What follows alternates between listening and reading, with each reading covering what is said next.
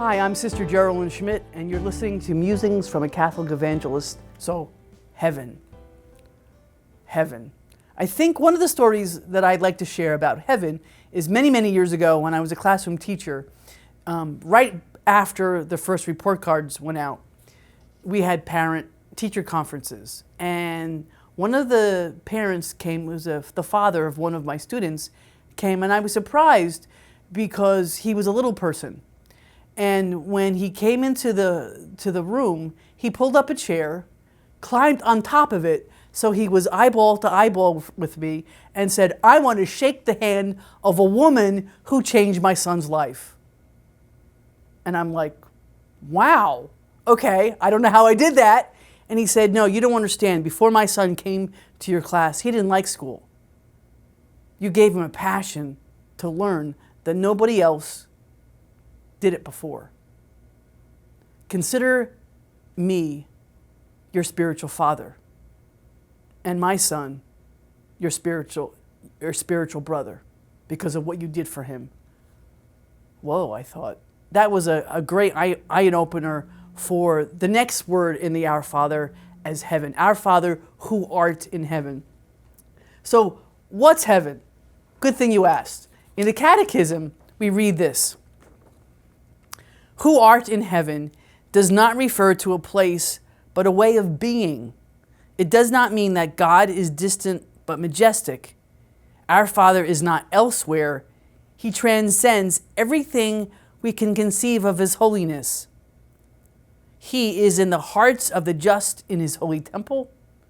Heaven, the Father's house, is the true homeland toward which we are all heading, and to which already we belong. Wow.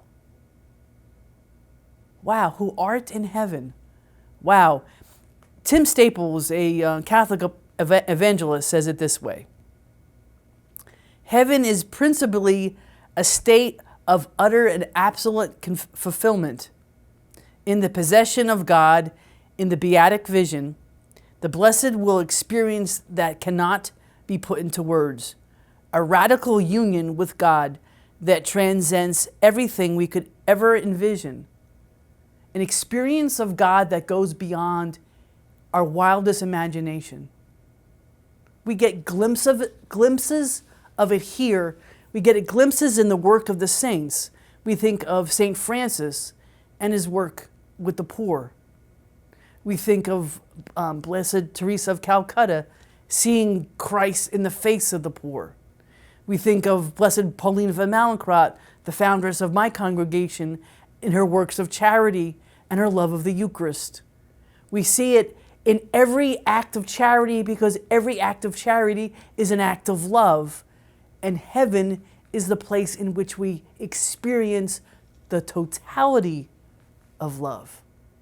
In a sense, you pull up a chair and you see a new perspective, just as my student's father did. He pulled up a chair to look at me eyeball to eyeball. Isn't that what heaven does?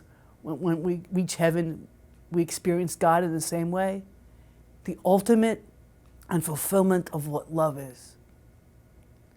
We can experience that in heaven on earth when we share love with one another.